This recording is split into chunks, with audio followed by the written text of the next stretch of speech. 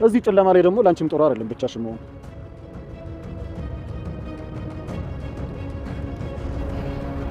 ብቻዬን መሆኔ ሳይሆን ሰው አብሮኝ መሆኑ ነው የሚያስፈራኝ። ትንሽም ቢሆን ፈገግ ላስብልሽ። ማ አንተ ማን ስለሆንክ ነው እኔን ፈገግ የምታስብለኝ? ይሄ ነው እኮ የሰዎች ችግር። መጀመሪያ አመኝኝ፣ ከዛ ደግሞ ያለ እምነት ምንም ነገር አይሆንም። እንዴ ወደ ውስጥ ገቢ ባለ ነው ጅዳው አንዴ ነው እባክህ። ወደ ውስጥ ገባ ያገኘው የመጀመሪያ ሰው ነው። በጣም እድለኛ ነው። አንቺ አስመሳይ ምን ታሪክ መጣሽ? ዘርበል ከፊቴ በላ ገባ። አይሆንም፣ ወደ ውስጥማ ገቢ። አራስ ላይ አስወጥቼ እንዳልተጋበሽ ሂድ ዘርበል። ስለዚህ ካላበደች ከጀርባው ብዙ ነገር ነበር ማለት ነው። ምናልባትም ከልጅ የሞት ጋር የሚያያይዛት ነገር ይኖራል። እኔም እንደዚህ ይመስለኛል። ካላበደች ሁሉ ጊዜ አርፋ አትቀመጥም ነበር። ይህ ነገር አጣርቼ ልደርስበት ይገባል። ነገሩን ያደረገችው ትዝታ እንደሆነች አውቃለሁ፣ ግን ምን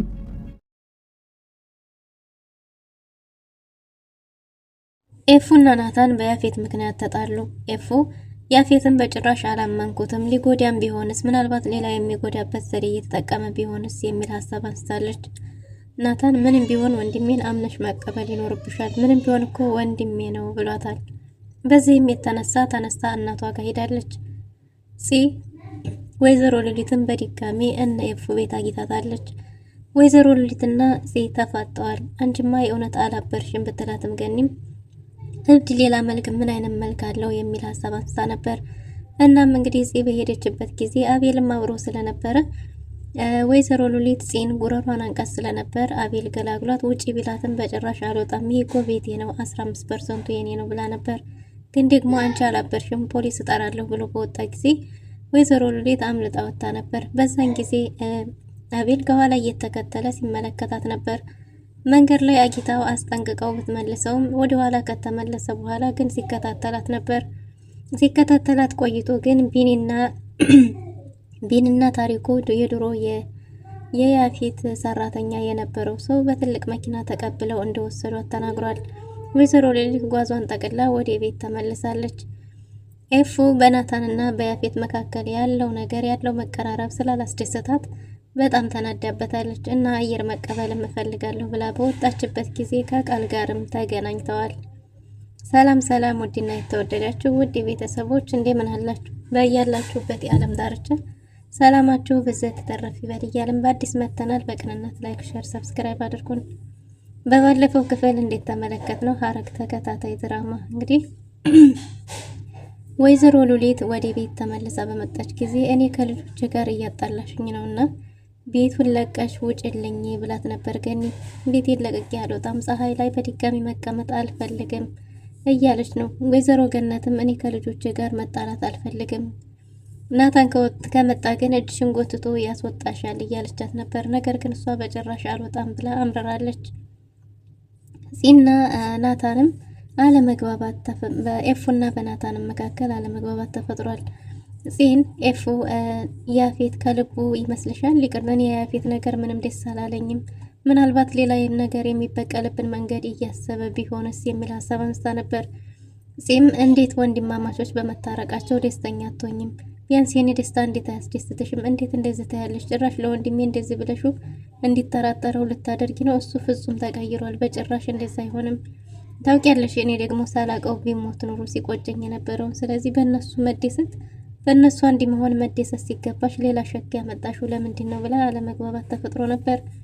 ኤፉም ይቅርታ እኔ ውስጤ ማመን ካለፈው ነገር አንጻር ማመን ስላቃተኝ ነው፣ ምናልባት ደግሞ ሌላ የሚበቀልበት መንገድስ ቢሆን ብዬ ስለፈራሁ ነው የሚል ሀሳብ አንስታለች። ግን በጭራሽ እንደዛ ማለት የለብሽም ብላ ቤቱን ለቃ መጣለች።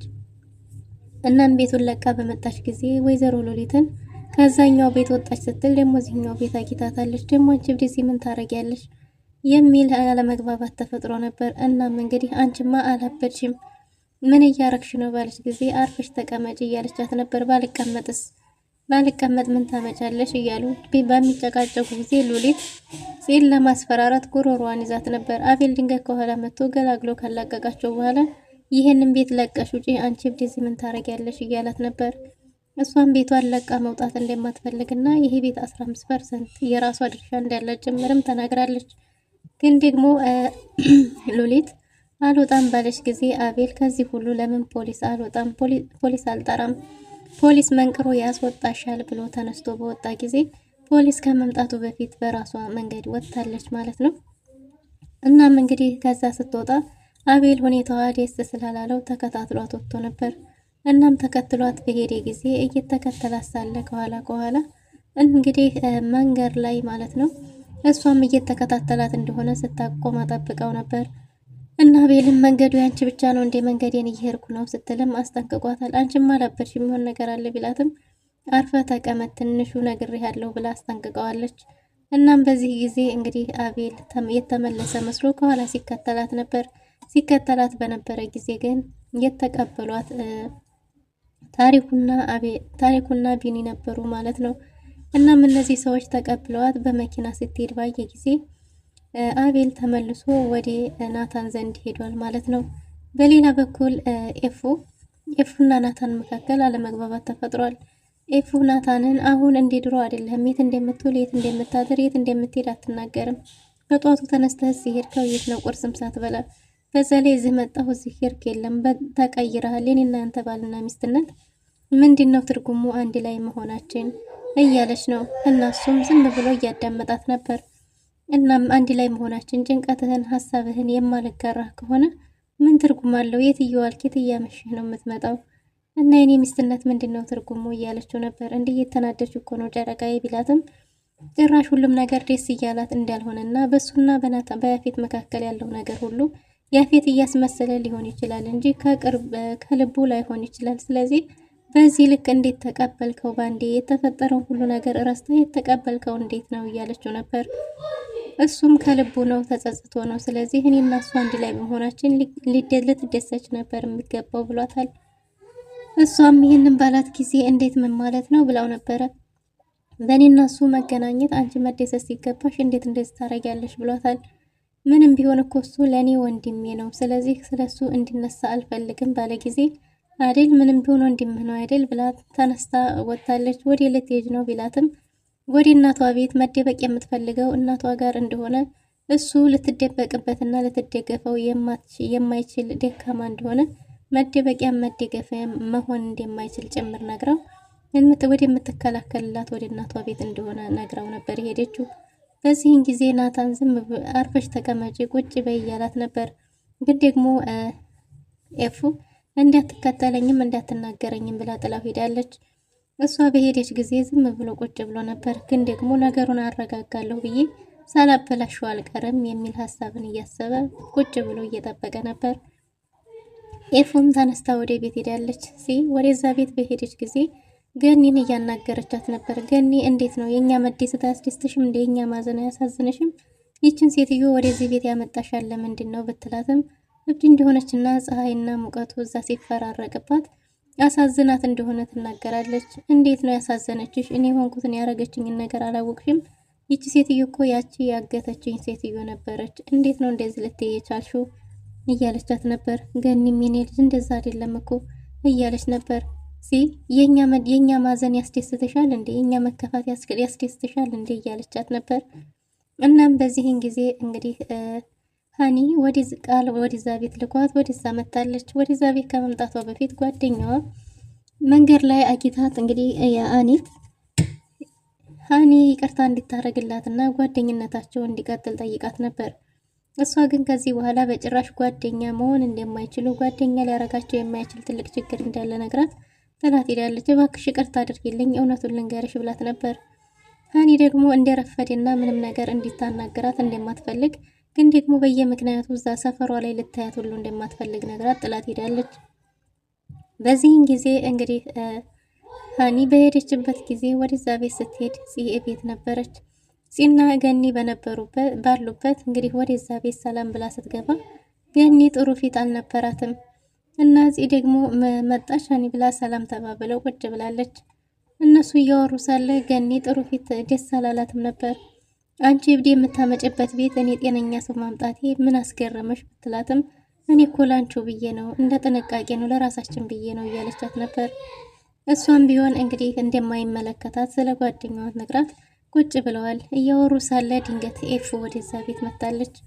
ኤፉ ወደዛ ቤት በመጣች ጊዜ ፊቷ ያስታውቅ ስለነበረ ሲ ተደናግጣለች። ሲ ምን ሆነሽ ነው ኤፉ ምንድነው የገጠመሽ ብትላትም ምንም እንዳልሆነች ተናግራለች። ሀኒ እሷን ስታያት ቤት ውስጥ ያየችው ፎቶ ጋር ስታመሳስላት ልጅቱ ማለት ይች ናት ብላ ደንግጣለች። እናም እሷኑ ትክ ብላ እየተመለከተቻት አሁን በምን መንገድ ነው እሷን ጓደኛ ማድረግ የምችለው? እንዴት ነው ከእሷ ጋር የምግባባው የሚለውን ነገር እያሰበች ነበር። በዚህን ጊዜ እንግዲህ ኤፉን ሰላም ብላታለች። ሰላም ከተባባሉ በኋላ ከዚህ የዘለለ ግን ምንም ነገር አልተናገረችም። ወይ ተነስቼ እናውራ እንዴ ብትላትም ምንም የሚያስፈልግ ነገር እንደሌለና ደህና እንደሆነች ጭምር ነግራታለች። በሁኔታዋ ደህና እንዳልሆነች እሺ ለምን መጣሽ ታዲያ እያለቻት ነበር። እኔ ምንም አልሆንኩኝ ማረፍ ፈልጋለሁ ብላ ተነስታ ወደ ውጭ ወጣለች። ግን የኔ ልጅ እንደምን ሆነሽ ነው ምን ገጠመሽ እያለቻት ነበር። ወደ ውጭ ከወጡ በኋላ ግን ለገኒ ሁሉንም ነገር ነግራታለች። የያፌትና የናታን ነገር እኔ ሰላም እየሰጠኝ አይደለም፣ ከልቡ እየመሰለኝ አይደለም ብላት ነበር። ግን ደግሞ ገኒ ሁሉንም ነገር ማመን እንዳለባት አምና መቀበል እንዳለባት ጭምርም ተናግራለች። ከምንም በላይ የጎዳት ግን ምንም ቢሆን ወንድሜ ነው የሚለው ቃል እንደሆነም ጭምር ተናግራለች። እና ንጹህ አየር መቀበል እፈልጋለሁ ብላ ወጣለች። ሀኒም በምን መንገድ ነው አሁን ልጅ ደግሞ ማናገራት የምቀራረበው እያለች እያሰበች ነበር።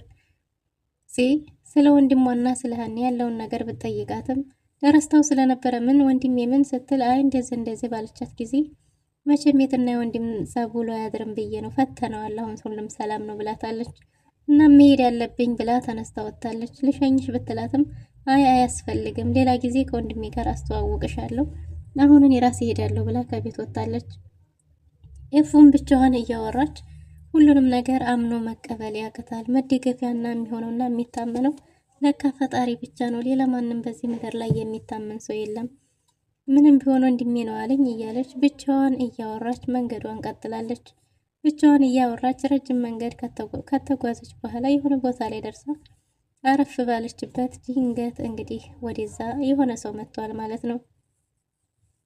ወይዘሮ ሉሊት ከቤት በወጣችበት ጊዜ አቤል እየተከተላት ስለነበረ ያለውን ነገር ካጣራ በኋላ ወደ ናታን ሄዶ ለናታን ወይዘሮ ሉሊት እንዳላበደች ነግሮታል። ናታንም እንዴ እርግጠኛ ነህ? ግን እርግጠኛን ተሳስተህ እንዳይሆን ቢለውም እርግጠኛ የሆነበትን ነገር እንደነገረው ነግሮታል።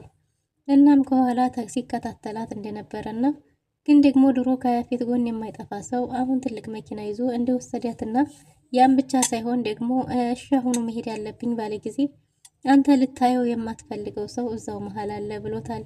እርግጠኛ ነህ እያለው ነበር። አዎ ስለዚህ ነገር አጣርቼ መድረስ አለብኝ ብሎ ናታን ተነስቶ ወጥቷል ማለት ነው።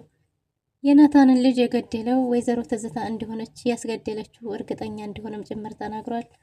እናም እንግዲህ ይሄንን ታዲያ እያወቅ እንዴት አርፈ ተቀመጥክ ቢለውም አቤል ሁሉንም ነገር አሁን እኔ ይሄንንም የነገርኩ ላንተ ነው እንጂ ማንም ሰው ማወቅ የለበትም እያለ ነው። ግን ደግሞ ስለ ወይዘሮ ሉሊት ማጣራት ይኖርብኛል ብሏል ብሎ እንግዲህ ወዲ ኤፉ ዘንድ ናታን ከቤት ወጥቷል ማለት ነው። ገኒ ጋር ሄዳለች እና የኔ ጨረቃ እሷን ማየት አለብኝ ብሎ ከቤት ወጥቷል። ወይዘሮ ሉሊት ጓዟን ጠቅልላ ሻንጣዋን ይዛ ወደ ቤት ተመልሳለች። በር ባንኳኳች ጊዜ ዲያጊ ነበርና የከፈተው። ዲያጊ ላለማስገባት ቢሞክርም አንተን ራስህን አስወጥቼ እንዳልዘጋው ብላ ሻንጣዋን ይዛ ወደ ቤት ገብታለች። ዲያጊም እየሮጠ ወደ ቤት ተመልሷል። ዲያጊ ብዙ ሚስጥሮችን ያውቃል፣ የእህቱ ልጅ እንዳለና እንዲሁም ደግሞ ወይዘሮ ሉሊት እብድ እንዳልሆነችም ጭምር። በሌላ በኩል ኤፉ እንግዲህ እዛ ቁጭ ባለችበት ቃል ድንገት መጥቷል። እየተከታተልከኝ ነው ወይ አንተ ማነህ ምንድነህ ብትልም እሱም እንደደበራትና ደግሞ በቻሌንጅ ካሳቃት እንደምትቀጣ ካሳቀችው ደግሞ እሱን ካልሳቀች ደግሞ እሱ እንደሚቀጣ ቃል ገብቶላት እየተጫወቱ ጌም አስይዝ ነበር። በዛ ጌምም እንግዲህ ቃል አሸናፊ ሆኖ አንድ ላይ ደስ የሚል ጊዜ እያሳለፉ ወደ ቤቷ አሸኝቷታል። ወይዘሮ ሉሊትም ወደዛ ቤት ሄዳለች። ናታንም ወደዛው ሄዷል። ናታንና ወይዘሮ ሉሊት ሲገናኙ ምን ሊፈጠር ይችላል? ውድና የተወደዳችሁ ለዛሬ ነበረን ቆይታ ይመስል ነበር። በቀጣይ እስከምንገናኝ መልካም ጊዜ